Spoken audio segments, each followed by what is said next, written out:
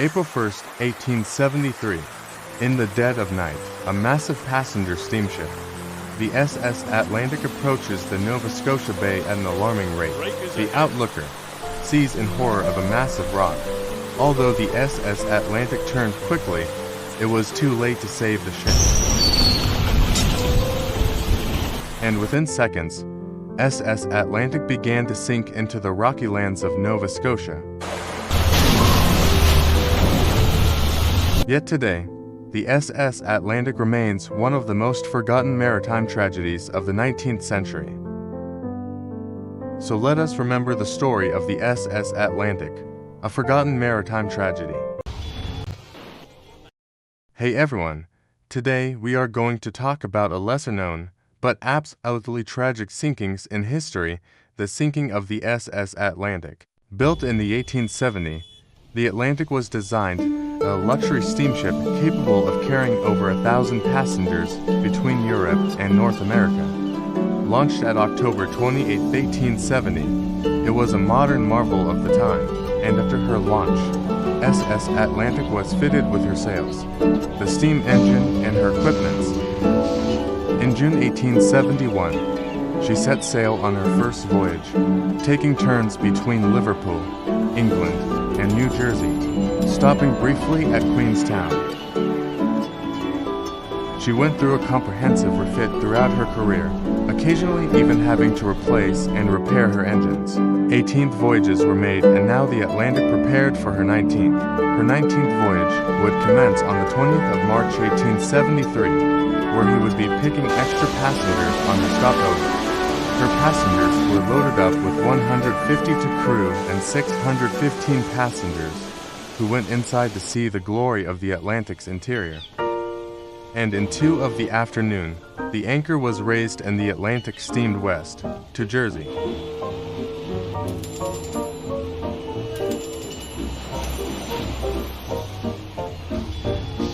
The first day of our Atlantic voyage was pretty smooth.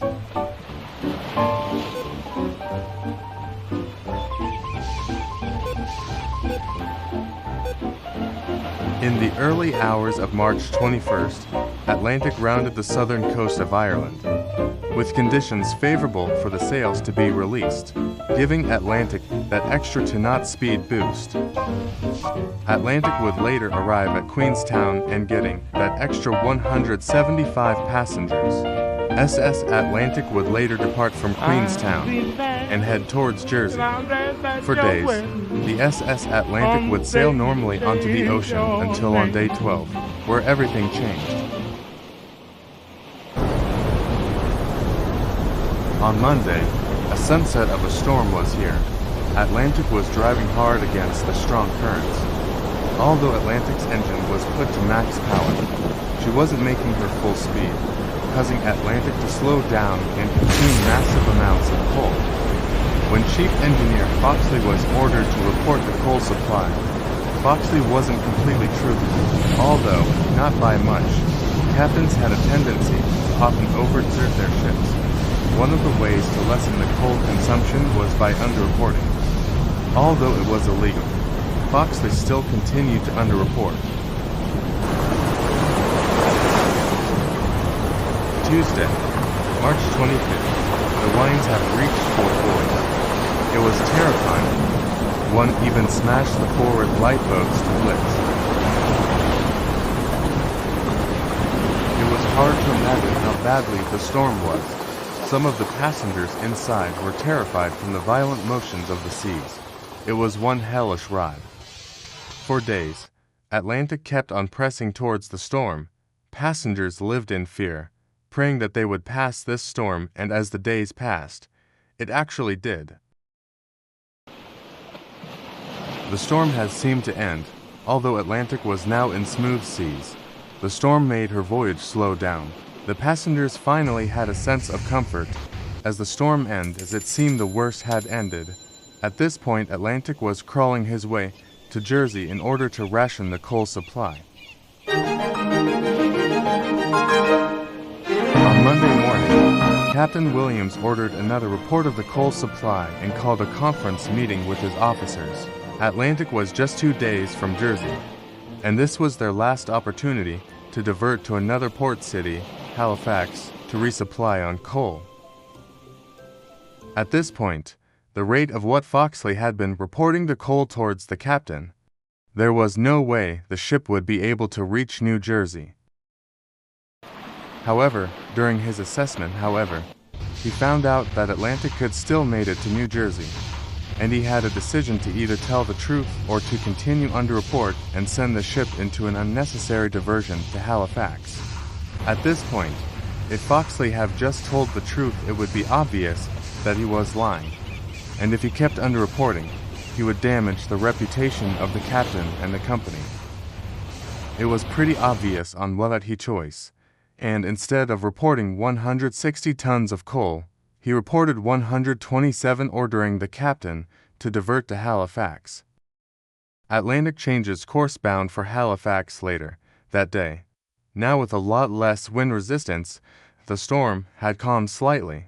A wave of excitement was spreading through the ship, as this was the first time a White Star Line ship had ever diverted to Halifax before, and by this point passengers most likely wanted anything good to think about. At around midnight on the 1st of April, Chief Officer Firth and 3rd Officer Brady were relieved from duty by 2nd Officer Metcalf and 4th Officer Brown on the bridge. At 0:20, Captain Williams comes to the bridge and informs the crew to wake him at 3 o'clock when he assumed the Sambro Island lighthouse would come into view, which would be their guide into the harbor. Williams decided to have a brief nap in his cabin so he could be wary of his surroundings when the time came, arranging for a steward to bring him a cup of hot cocoa at the 40 in case Metcalf failed to wake him. Quartermaster Robert Thomas is surveying the area around them. He's been to Halifax before and is calculating the distances in his head. Realizing they're getting dangerously close to land, he informs Metcalf, who shut him down by telling him it's not your duty to have these opinions. Metcalf further troubles things at the 40 when William's steward requests entry to his cabin, but is denied by Metcalf in either an act of misguided kindness or an attempt to retain control of the ship for longer. He does not know that Atlantic is currently in the wake of the strongest tide in the world, the Bay of Fundy's, and has been washed 12 miles south of their intended destination. By 3:12, even Metcalf is concerned that he hasn't seen anything yet, so he goes to wake Williams, but then disaster strikes. A lookout calls out breakers ahead, to the bridge as only a few hundred meters from the ship.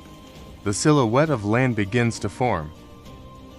Instantaneously, almost every oil lamp on board is snuffed out by the shifting air. The bow then lifts up and out of the water as it continues to be pushed against the rock, plunging the stern section down at an angle and letting the waves wash stray over the superstructure. The propeller and rudder are still in the water, however, so the ship is actually still turning to port, headed straight towards more rocks. When it strikes, there's a deep groan from within as the propeller is shredded and the hull plates open up to flood the women and children section of the steerage accommodation. Distress rockets were fired into the air every minute, but this did not bring any results. Right now, the ship is just about remaining stable as the damage to the bow is lifted out of the water and the stern hasn't flooded enough to sink.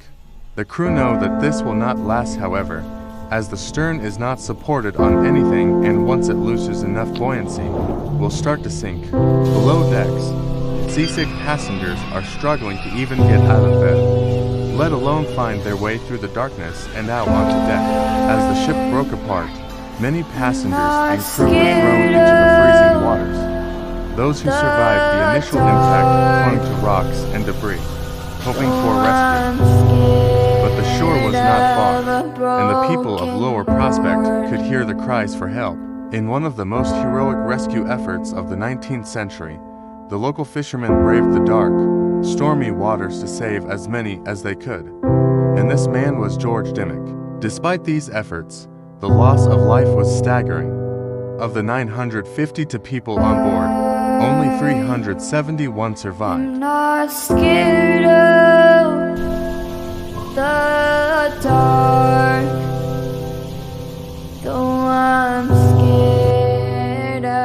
never broken.